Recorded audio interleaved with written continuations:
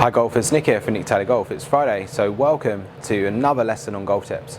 This week on golf tips, we're going to talk about the leg movement in the golf swing. We're going to talk mainly about the knee movement, the right knee and the right leg in the downswing and through impact. I'm going to share with you a very simple drill to help you golfers out there improve your leg movement. It's also a great drill if you shank the golf ball. I had a golfer this week shanking the golf ball. I'm going to share with you the drill we use to help him find the middle of the face and play better golf. As you guys are aware, the shank is when you catch this corner where the shaft joins the head. We call this the heel. That's the proper shank. Sometimes the player will toe shank it, where you catch so much little of the toe that it shanks off to the right. Well, today's video, we're really going to talk about the heel shank. Why does the heel shank happen? So this particular golfer that I was teaching this week, his club, for whatever reason, was moving closer to the ball. So he was hitting this heel part of the club, and sometimes it can be a simple fix, sometimes a little bit more complicated. Well, today's video, I'm going to share with the drill that I gave this golfer, because it might be something that you may not have tried before, and it can make a huge difference like it did for this particular golfer. So as the golfer made his backswing, he had a pretty good backswing, but as he came down, he was actually moving closer to the ball. His swing path was okay, but he was moving closer to the ball and hitting it off the hosel.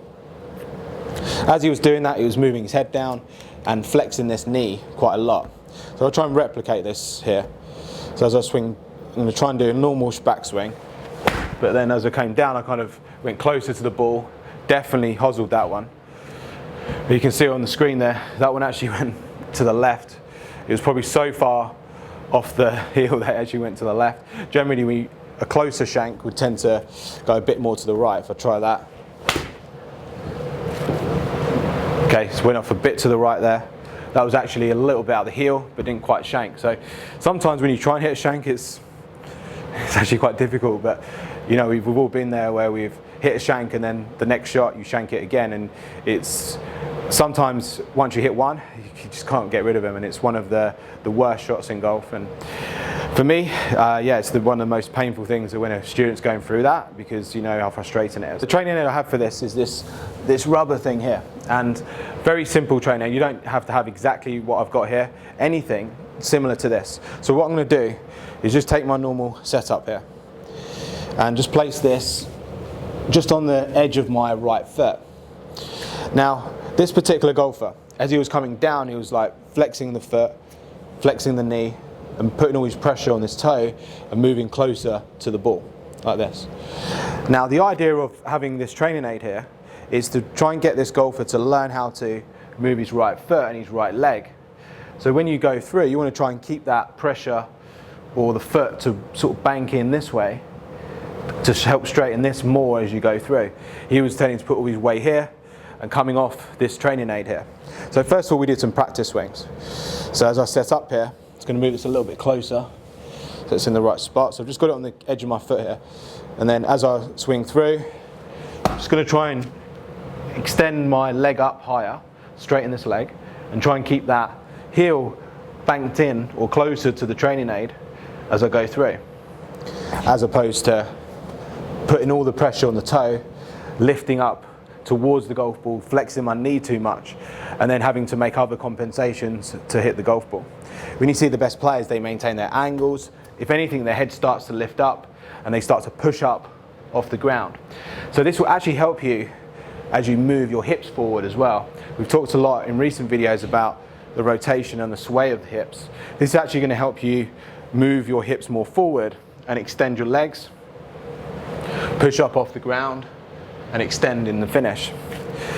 Let's do that again. So just under that corner, the whole idea is you've got something under your foot there to basically feel like you're connecting against it for longer, to roll your foot inwards as you extend your legs and rotate as you go through. Just do that again. So eventually my foot will come up into the finish, as you can see here, but the whole idea is that as I come into impact, I'm not pushing too much pressure onto my toe and flexing my knee as I come down like this golfer was. Let's try and hit a shot here. So it's just under my right foot.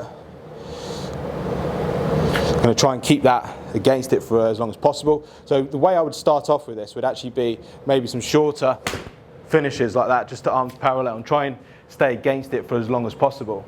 Just try and bank the foot in. So that's where I'd start with this.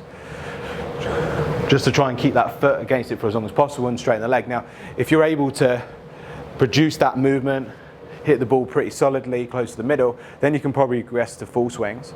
So I'd always start with slightly shorter just to begin with, just to make sure the golfer can kind of bank his foot in, move forward and extend his leg more. Another checkpoint you'd probably look for here as you go through is to create as little daylight between your legs as possible. If you bend like this, that's going to help you turn more, but it's not going to help you move your weight through and potentially move too close to the golf ball. So let's give that one more go. So just the same sort of swing here. I'm going to try and feel like my foot kind of banks in as I turn and push my hips forward into the follow through here. So I've kind of rolled the foot inwards as opposed to pushing too much pressure onto the toe. So once you can start to build this up, then you'd want to start to build up to kind of producing this in the full swing. And the point is here, guys, that it's not going to stay against this for the whole point of the follow through. You don't want to try and keep it down the whole time, just for as long as you can. And then by the time you finish, the foot's going to come up as you would do normally in the swing, but you just got it there for kind of reference and try and keep against it for as long as possible. So that would be my kind of normal swing there. So you can see the difference in where that foot finished. So that's a really good way to kind of train it. Now, if you haven't got something like this, you could use anything. You could put your glove down, anything you could put down there. Scorecard, anything you've got in your bag, just something to visualize in your foot, just to try and keep it against it. And what I like about this one is it's rounded and you can kind of feel like you're pushing off. It's soft.